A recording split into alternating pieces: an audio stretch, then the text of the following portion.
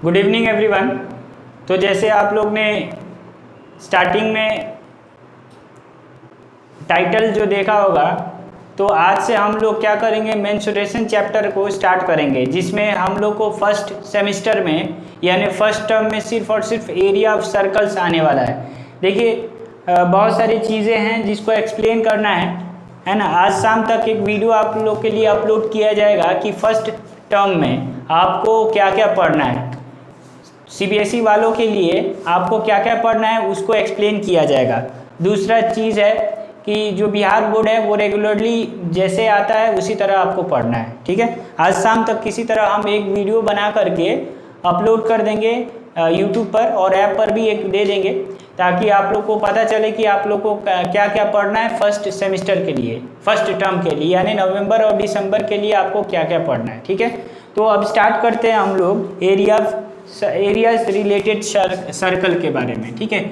ये मेंसुरेशन का एक चैप्टर है, एरियाज रिलेटेड टू सर्कल।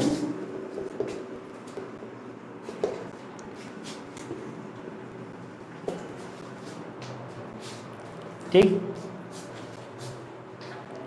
तो सबसे पहले हमें क्या करना है, कुछ फार्मूलास हम लोग को याद रखना है, कुछ फार्मूलास हम लोग को एकदम पता रहना है कि क्या। पहला चीज़, एरियाज और पेरीमीटर क्या होता है। एरिया पेरीमीटर ऑफ सर्कल लिखते चलिए, पेरीमीटर ऑफ सर्कल, या इसी को हम सरकमफेरेंस कहते हैं। क्या कहते हैं? पेरीमीटर और circumference of circle,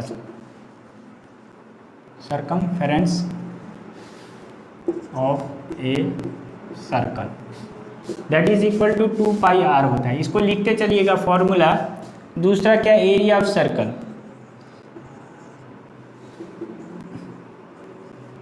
that is equal to pi are square, ठीक।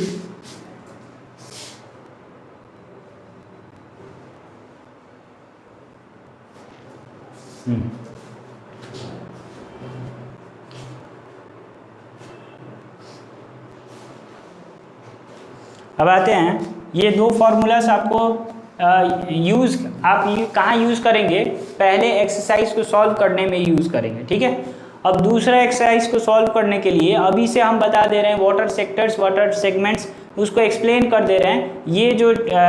ये जो लेक्चर रहेगा अभी कॉन्सेप्चुअल रहेगा, इसमें हम सिर्फ और सिर्फ समझा देंगे कि आपको क्या क्या करना है और कैसे आपको फार्मूलास निकालना है, ठीक है।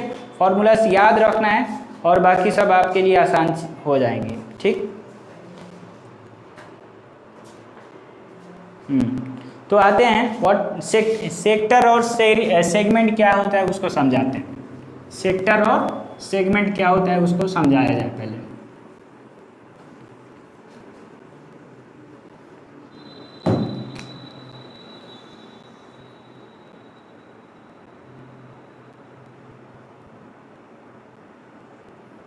ठीक, तो ये एक सर्कल है, ये एक सर्कल है, इसका एक सेंटर है O, ठीक। अब देखिए बात समझते हैं कि यहाँ से लेकर के यहाँ तक इसका रेडियस हुआ, जिसको R से डिनोट करते हैं, ठीक है। अगर ये पूरा मतलब यहाँ तक ज्वाइन कर लिया है तो ये R plus R that is equal to diameter हो गया। D फॉर डायामीटर, ठीक है, that is equal to 2 into R, R plus R 2R, और R फॉर रेडियस होता है, ये सबको मालूम है, ठीक है। अब अगला चीज़ क्या है, यहाँ पर हम देख रहे हैं कि हमें क्या करना है, पहले तो हमको सेक्टर पता करना है, व्हाट सेक्टर क्या होता है और सेगमेंट क्या होता है, ठीक है। तो आते हैं, जैसे मान लीजिए ये एक सर्कल है और ये क्या है, एक कॉर्ड है, ये एक कॉर्ड है, a line segment which touches the circle at 2 points. ये एक लाइन सेगमेंट है, जैसे circle with centre O and this is your AB is your line segment. AB क्या है, मेरा एक लाइन सेगमेंट है। तो इस केस में क्या हो जाएगा, हमारा जो लाइन सेगमेंट है, सॉरी ये जो कॉर्ड है, अगर हमारे सर्कल को 2 पार्ट्स में डिवाइड कर देता है, एक तो ये पूरा पार्ट हो गया है ना, पूरा हिस्सा में, और एक छोटा वाला ये वाला हिस्सा हो गया, ये पूरा हिस्सा हो गया, ठीक है। तो ऐसे इस केस में हम क्या कहेंगे, this is your major segment. ये बड़ा वाला जो हिस्सा है इसको हम मेजर सेगमेंट कहेंगे, और ये छोटा वाला जो हिस्सा है इसको माइनर। बड़ा वाला के लिए मेजर, छोटे वाले के लिए माइनर सेगमेंट कहेंगे। आई होप ये क्लियर होगा अभी तक, ठीक है।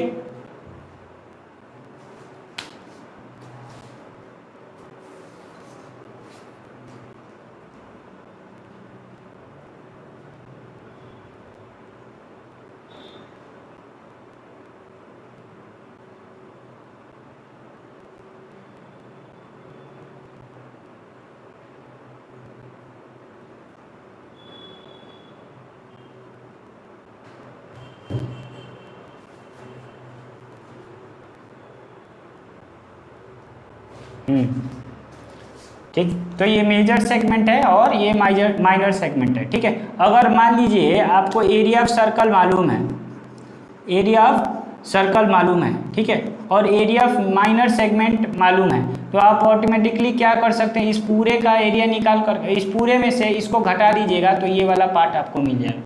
देखिए क्या कर सकते हैं, अच्छा इसको बाद में हम एक्सप्लेन करें, पहले सेक्टर पर आते हैं फिर से।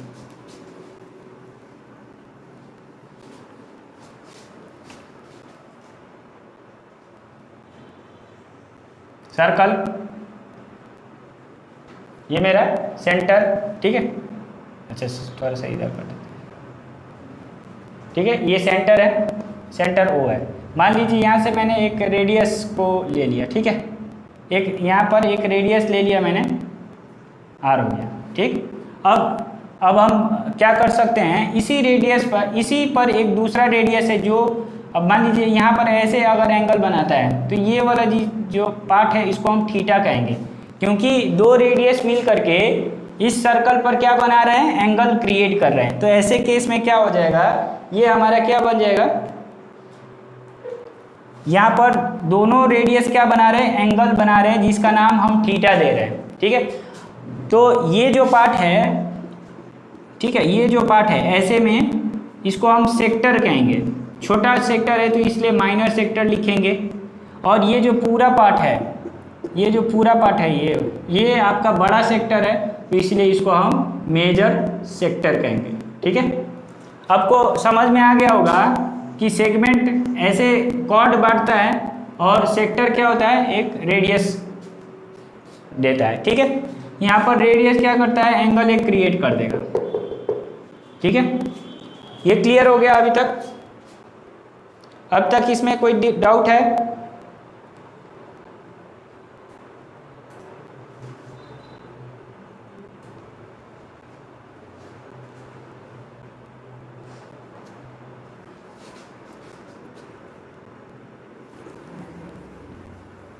चलिए ठीक, कोई डाउट नहीं है।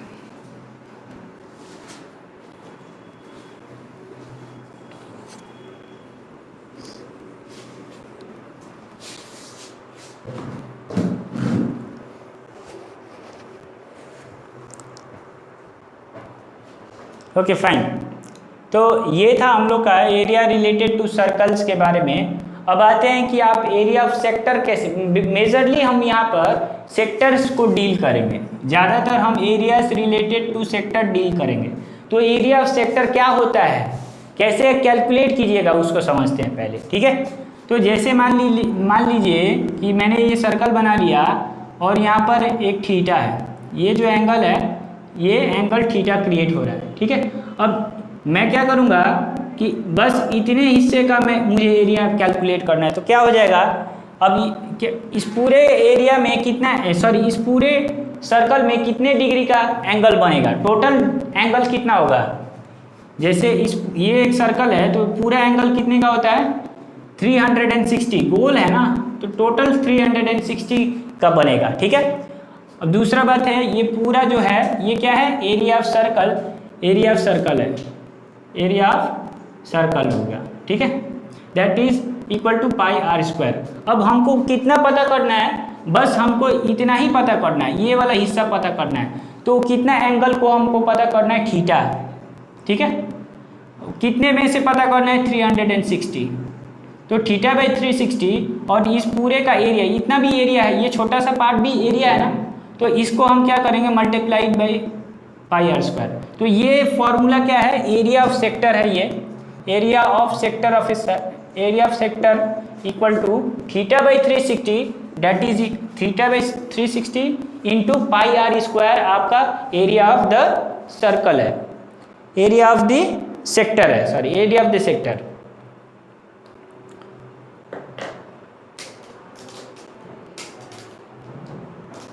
जल्दी से इसको कवर अप कीजिए।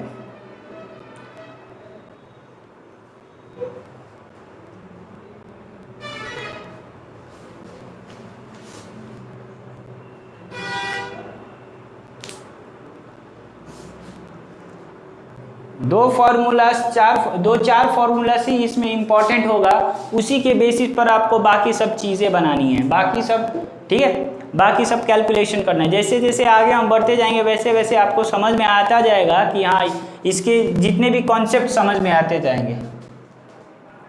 Area of the sector equal to theta by 360 and pi are square होता है।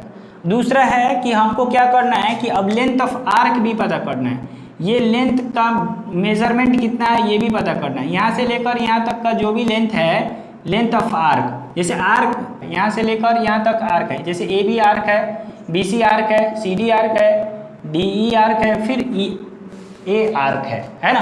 अब हमको यहाँ पर मान लीजिए ये आर्क ए बी है, यहाँ पर आर्क ए बी है, तो इसका लेंथ भी हमको पता करना होगा। Now this length is your part of circumference of the circle. जैसे ये लेंथ, जो लेंथ ऑफ, जैसे ए बी जो लेंथ ऑफ आर्क है वो किसका पार्ट है, सर्कमफेरेंस ऑफ द सर्कल का पार्ट है।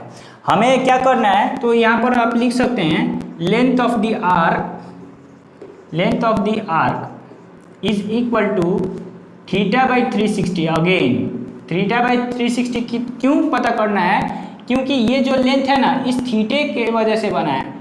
इतना एंगल खुलता नहीं, इतना एंगल अगर नहीं बनता है तो ये आर्क भी इतना नहीं आता, ठीक है। तो इसीलिए हम क्या करेंगे, इसीलिए ये जो आर्क है, ठीक है, इस लेंथ, सॉरी ये आर्क का लेंथ कितना होगा, थीटा बाई 360 इस पूरे में से, और इनटू ये सर्कमफेरेंस का हिस्सा है ना, तो सर्कमफेरेंस का फॉर्मूला क्या होता है, 2 पाई आर। तो ये दो फॉर्मूलेस आपको एकदम कंपल्सरीली याद रखना है ना, कंपल्सरीली याद रखना है। पहला तो ये है, दूसरा वाला ये है। Area of the sector equal to theta by 360 into pi are square and length of the arc is equal to theta by 360 into 2 pi r. Length आपके सर्कमफेरेंस से रिलेटेड है और एरिया ऑफ सेक्टर वो आपके area of circle से related है, ठीक है। इसलिए थीटा बाई 360 तो दोनों में होना है, लेकिन लेंथ के लिए 2 पाई आर होगा और एरिया के लिए पाई आर स्क्वायर होगा। आई होप इतना आप लोग को समझ में आया है, ठीक।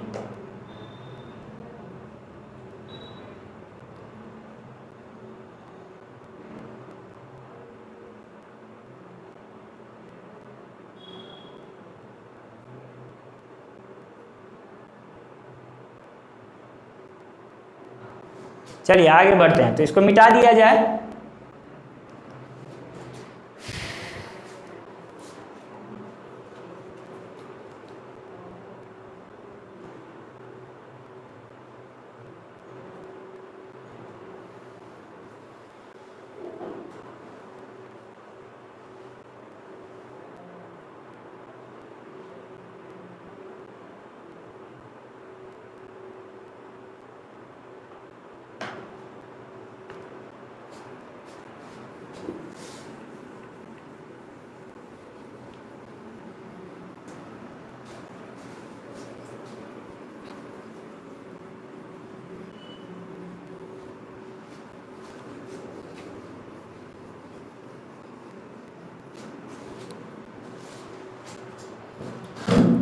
एक्सरसाइज पे आते हैं।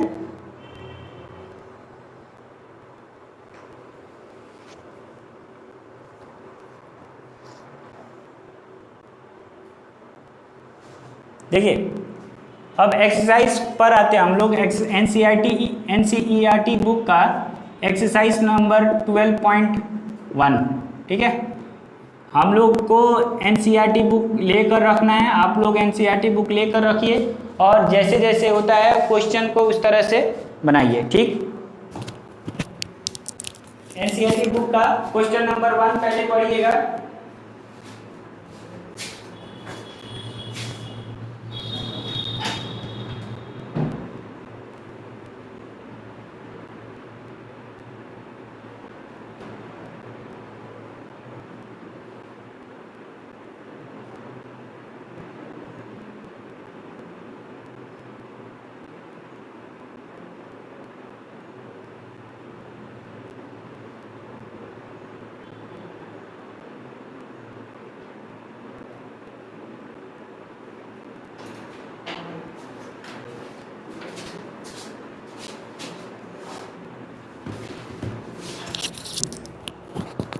ओके फाइन, तो आते हैं एक्सरसाइज 12.1 पर।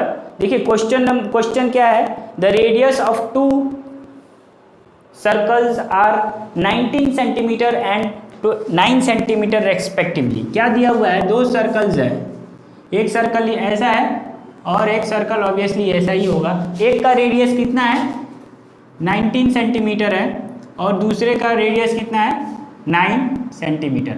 ठीक है, क्या दिया हुआ है इसमें, find the radius of the circle which has circumference equal to the sum of the circumference of two circles. कहने का यह मतलब है, अब एक और सर्कल आएगा, इन दोनों का सर्कमफेरेंस मिला करके एक बड़ा, मतलब एक बड़ा या कोई भी दूसरा एक सर्कल आ रहा है। ठीक है, अब इसका रेडियस नहीं मालूम है तो इसका रेडियस पता करना है। कैसे पता करिएगा, कंडीशन आपको दिया हुआ है सॉल्यूशन में। क्या कंडीशन दिया हुआ है, देखिए कंडीशन क्या दिया, according to the question. According to the question, मैं बस पहले अकॉर्डिंग टू द क्वेश्चन समझा दे रहा हूँ, उसके बाद से प्रॉपर लिखने का तरीका मैं बताता हूँ। क्या बोला है, सर्कमफेरेंस, ये C1 हो गया सर्कमफेरेंस, इसका C2 हो गया है ना, और ये इसको रहने देते C। तो सर्कमफेरेंस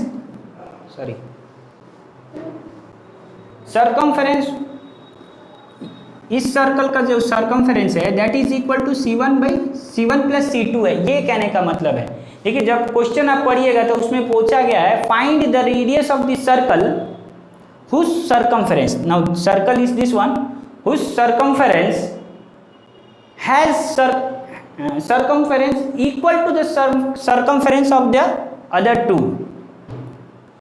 ठीक है, मतलब इसका सर्कमफेरेंस क्या होगा, इसका सर्कमफेरेंस और इसका सर्कमफेरेंस जोड़ करके जो भी आएगा इसका सर्कमफेरेंस होगा। तो ऑब्वियसली हम लोग जानते हैं कि we know that what is the circumference of a circle, formula, circumference का फॉर्मूला क्या है, C इक्वल टू 2πr होगा। ठीक है, देखिए यहाँ पर अलग अलग चीज़ें हैं, तो यहाँ पर C इक्वल टू C1/C2 लिख रहे हैं, तो इस केस के लिए 2π, यहाँ पर r हम लोग ने ये लिया हुआ है, इस केस के लिए क्या लिया है 2π, r का वैल्यू क्या है 19 है, इंटू 19 प्लस यहाँ पर 2π इंटू 9। ठीक है, हम 2π को कॉमन ले सकते हैं, 2π को कॉमन ले सकते हैं, यहाँ पर r 2π को ऑब्वियसली कॉमन ले सकते हैं, यहाँ पर 19 प्लस 9, ये और ये कैंसिल, r का वैल्यू क्या हो गया 28 सेंटीमीटर। मतलब ये जो भी सर्कल आया है ना, इसका सर्कमफेरेंस कितना होगा 28 सेंटीमीटर होगा। ठीक है, therefore the required radius of the circle is, required radius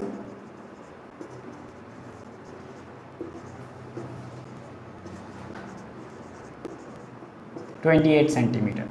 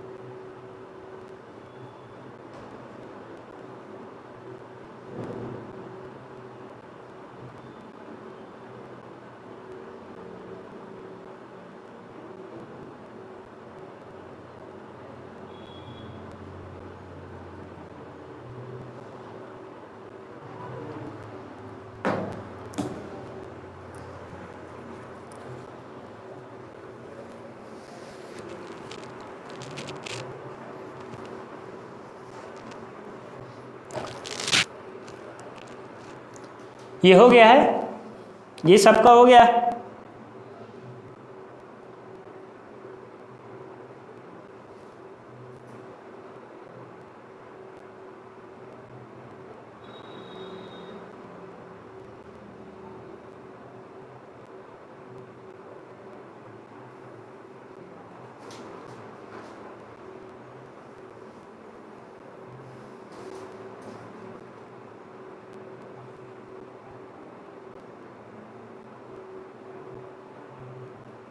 okay fine, आगे बढ़ते हैं, अगले क्वेश्चन पर आगे बढ़ते हैं हम लोग। क्वेश्चन नंबर 2 दिया हुआ है। देखिए क्वेश्चन नंबर 2 को आप घर पे ही बना सकते हैं इसको, है ना।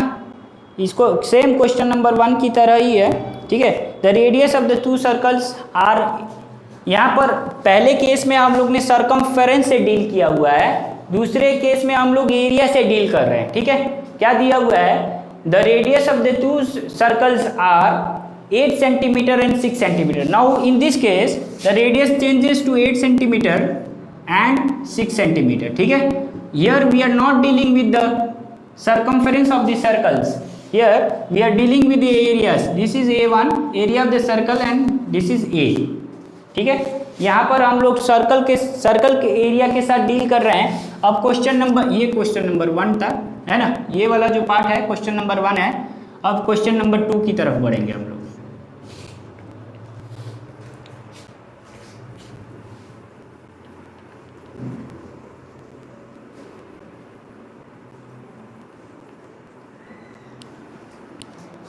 क्वेश्चन नंबर 2 में बोला है the radius of the 2 circles are 8 centimeter and 6 centimeter, ठीक है।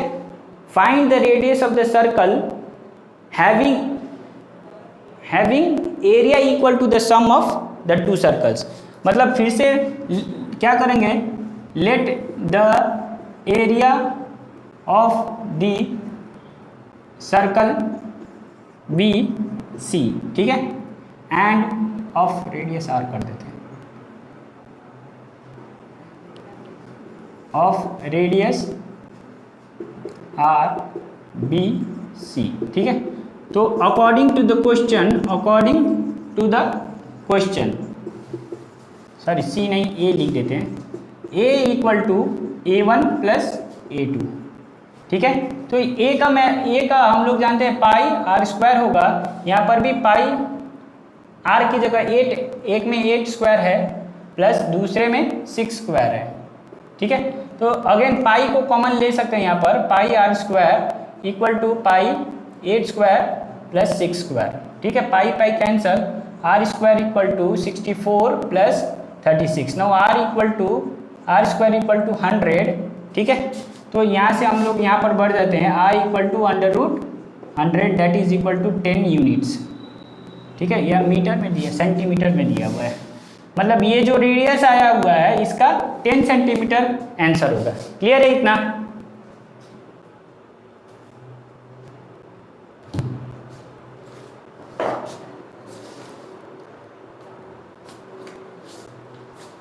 चलिए, तो जैसे इसको हम आज के लिए मतलब बेसिक स्टार्ट किया हुआ था, ठीक है। तो ये 2 क्वेश्चंस के साथ हम लोग यहीं पर आज क्लास को वाइंड अप कर देते हैं, क्योंकि आने वाले क्लासेस में हम लोग को और भी इससे जुड़े हुए बातें करने हैं, ठीक है।